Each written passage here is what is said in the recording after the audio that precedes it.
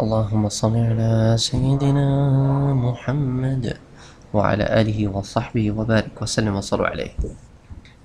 جب کوئی حربہ نہ چلا تو قریش نے کہا کہ چلو ٹھیک ہے، مسلمانوں کا ہم بائیک آؤٹ کرتے ہیں کہ اللہ کے رسول صلی اللہ علیہ وآلہ وسلم کو مانگتے ہیں تو آپ صلی اللہ علیہ وسلم کو دیا نہیں جاتا، تو ٹھیک ہے پھر مسلمانوں کا بائیک آؤٹ کیا جائے گا اور ہر اس شخص کا بائیک آؤٹ کیا جائے گا جو مسلمانوں کا ساتھ دیتا ہے۔ اور اسی سلسلے میں انہوں نے پھر بائیک آؤٹ کیا۔ تو انہوں نے جب بائیک آؤٹ کی شرائط لکھی تو اس میں انہوں نے یہ لکھا کہ نہ ان کی کوئی عورت لے گا نہ ان کو کوئی عورت دے گا، نہ ان سے کوئی چیز خریدی جائے گی، نہ ان کو کوئی چیز فروخت کی جائے گی، اور نہ ان سے کوئی بات کرے گا، نہ ان سے کسی قسم کی مصالحت کی جائے گی۔ یہ اگر آپ سے صلح کی بات کرتے ہیں تو ان کی صلح سے انکار کیا جائے گا۔ اور ان تمام شرائط کو لکھ کر انہوں نے کہا کہ ٹھیک ہے اب ان شرائط پر ہم عمل کریں گے اور ہم ان لوگوں کا بائیک آؤٹ کریں گے۔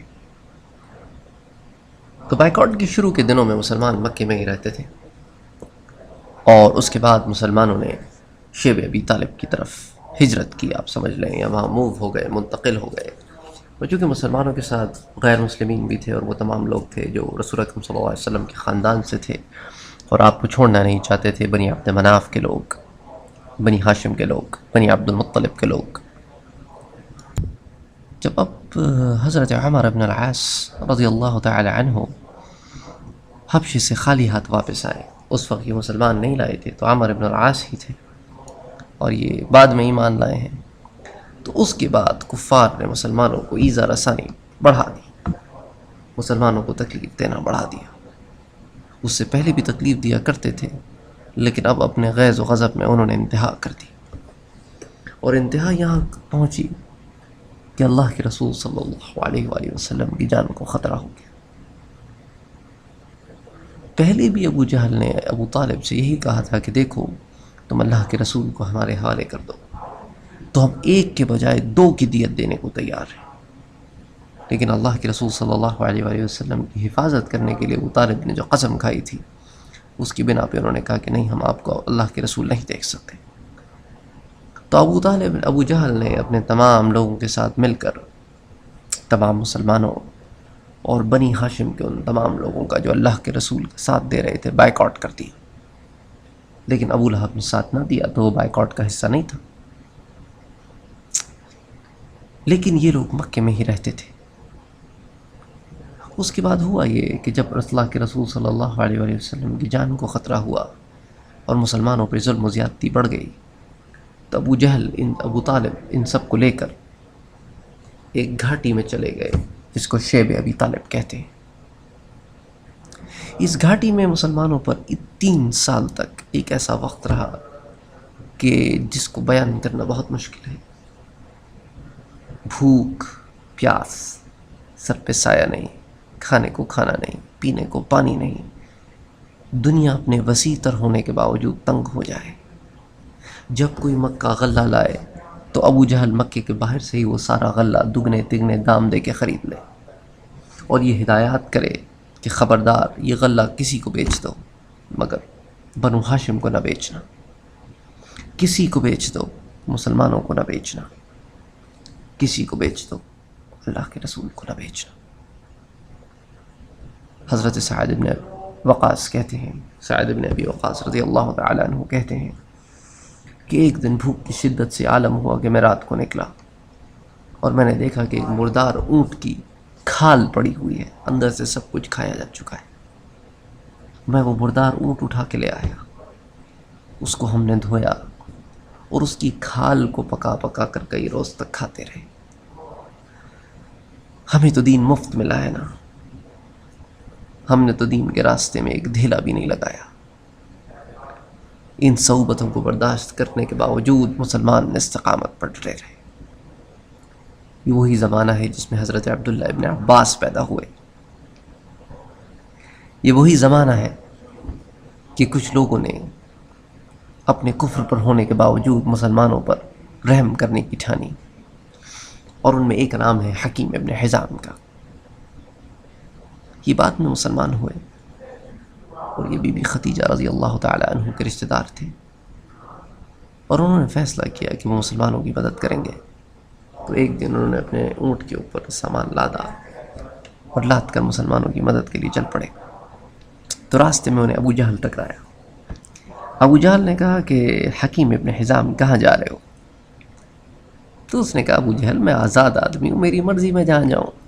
تو ابو جہل نے کہا نہیں، تم یہ سامان لاد کر ان مسلمانوں کی اور بنو ہاشم کی مدد کرنے جا رہے ہو.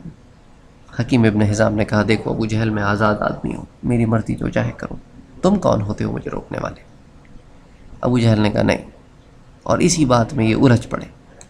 ابھی یہ الجھ ہی رہے تھے کہ وہاں پر ابو البختری کا گزر ہوا، اور ابو البختری نے کہا کہ دیکھو ابو جہل کیا کر رہے ہو، ہر آنے جانے والے کو تم تنگ کرتے ہو. حکیم ابن حزام کوئی معمولی آدمی نہیں ہے، سردار ہے، تم سرداروں کو بھی تنگ کرنے لگ گئے. ابو جہل نے کہا بھائی دیکھو جو بھی ہے، میں کسی کو بنو ہاشم کو کھانا نہیں پہنچانے دوں گا. ابو البختری نے کہا دیکھو ابو جہل، وہاں پر اس کی پھوپھی بھی موجود ہے، یہ تو اپنی پھوپھی کو کھانا دینے جا رہا ہے، اور اس کی پھوپھی بنو ہاشم کی تو نہیں ہے، تم نے تو بنو ہاشم کا مقاطعہ کیا ہے. تو خیر بہرحال ابو جہل نہ مانا. تو ابو البختری نے زمین سے ایک اونٹ کی ہڈی اٹھا کے ابو جہل کے زور سے سر پہ ماری تو اس کا سر پھٹ گیا. ابو جہل بڑا نادم ہوا اور بڑا شرمندہ ہوا اور وہاں سے چلتا بنا. تو حکیم ابن حزام نے وہاں کھانا پہنچا دیا. اس کے علاوہ ایک اور آدمی تھا جس کا نام تھا ہشام ابن عمر، یہ بھی ایک بہت بڑا سردار تھا. تو اس نے کہا کہ یار اب مجھ سے برداشت نہیں ہوتا کہ ہم تو کھائیں پئیں اور ہمارے بھائی قریشی بھائی بھوکے مرے. تو اس نے اونٹ تیار کیے اور 3 کے قریب اونٹ لے کر وہ رات کو نکلا، اور اس نے جتنا سامان تھا وہ سارا کے سارا وہاں اتارا اور واپس آ گیا. اب جب قریش کو پتہ چلا کہ یہ کام کرایا ہے تو اس کے گھر پہنچ گئے، اس سے لڑنے لگ گئے. اس نے کہا اچھا دیکھا میں توبہ کرتا ہوں، اب ان کی مدد نہیں کروں گا. اگلے دن اس نے پھر رات کو 3 اونٹ تیار کیے، ان پہ سامان لادا اور جا کے پہنچایا. قریش کو پتہ چلا تو اب تو اس کو جان کی دھمکیاں دینے کے لیے اس کے گھر پہنچ گئے. اس نے کہا اچھا اب میں توبہ کرتا ہوں، اب میں کبھی ان کی مدد نہیں کروں گا، میں قسم کھاتا ہوں. اس کے بعد اس نے ایک آدمی ہوا کرتا تھا ظہیر بن امیہ، یہ اللہ کے رسول صلی اللہ علیہ وسلم کی پھوپھی عاتکہ کا بیٹا تھا. اس نے ظہیر کے پاس گیا اور اس سے کہا کہ ظہیر تم کو کیسے لگتا ہے کہ تم تو کھاتے پیتے ہو اور تمہارے اہل و عیال شیب ابی طالب میں بھوکے مر رہے ہیں؟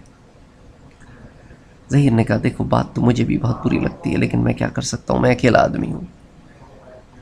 تو ہشام نے کہا کہ نہیں اب ہم 2 ہو گئے. اس نے کہا لیکن 2 سے بھی کیا ہوتا ہے، کوئی تیسرا آدمی ڈھونڈو. تو ہشام نے کہا ٹھیک ہے میں ایک اور آدمی ڈھونڈتا ہوں. اسی چکر میں مطعم ابن عدی کے پاس گئے. مطعم ابن عدی نے کہا بات تو تمہاری ٹھیک ہے، لیکن اب ہم 3 آدمی ہیں، کیا کریں گے؟ ہشام نے کہا کوئی بات نہیں، میں چوتھا آدمی ڈھونڈتا ہوں. وہ ابو البختری کے پاس گئے. ابو البختری نے کہا ہاں بات تو تمہاری ٹھیک ہے، لیکن اب ہم 4 کیا کر لیں گے؟ اگر ایک آدمی اور ہو جائے تو میرے خیال سے ایک جماعت ہو جائے گی. تو وہ پھر اسود بن زعمہ سے ملا اور اسود بن زعمہ کو تیار کیا، اور اس طرح ان 5 نے منصوبہ بنایا کہ اگلی جو میٹنگ ہوگی دارالندوہ میں اس میں ہم یہ مدعا اٹھائیں گے، اس میں ہم اس پوائنٹ پر بات کریں گے. میں نے کہا ٹھیک ہے. جب دارالندوہ میں اگلے دن میٹنگ ہوئی تو یہاں سے ہشام کھڑا ہوا. اس نے کہا دیکھو ابو جہل اب بس کرو، یہ ظلم ہے، وہ بھی تو ہمارے بھائی ہیں. ابو جہل نے کہا نہیں، جب تک وہ اللہ کے رسول کو میرے حوالے نہیں کرتے میں بس نہیں کروں گا. تو یہاں سے ابو البختری کھڑا ہو گیا، تو وہاں سے کوئی ابو جہل کا دوست کھڑا ہو گیا. یہاں سے کوئی اور کھڑا ہو گیا، مطعم ابن عدی کھڑا ہو گیا، تو وہاں سے ابو جہل کا کوئی اور دوست کھڑا ہو گیا. کرتے کرتے ابو جہل نے دیکھا کہ یہ 5 سردار کھڑے ہو گئے ہیں، اس کا مطلب ہے 5 قبیلے تو کٹ گئے ہم سے. اللہ کے رسول کو 5 قبیلے اگر مفت میں مل گئے تو ہمارا تو کام ہو گیا نا، اب ہم آپس میں لڑ رہے ہیں. ابھی یہ اسی اسنا میں تھے کہ وہاں پہ ابو طالب آئے. اور ابو طالب کے آنے کی وجہ یہ تھی کہ اللہ کے رسول صلی اللہ علیہ وسلم نے ابو طالب سے کہا کہ مجھے میرے پروردگار نے حکم دیا ہے، بلکہ مجھے بتایا ہے کہ وہ جو عہد نامہ لکھا تھا نا کفار نے ہمارے خلاف بائیکاٹ کا، اس کو دیمک کھا گئی ہے. تو ابو طالب نے کہا کہ یہ آپ کو آپ کے رب نے بتایا ہے؟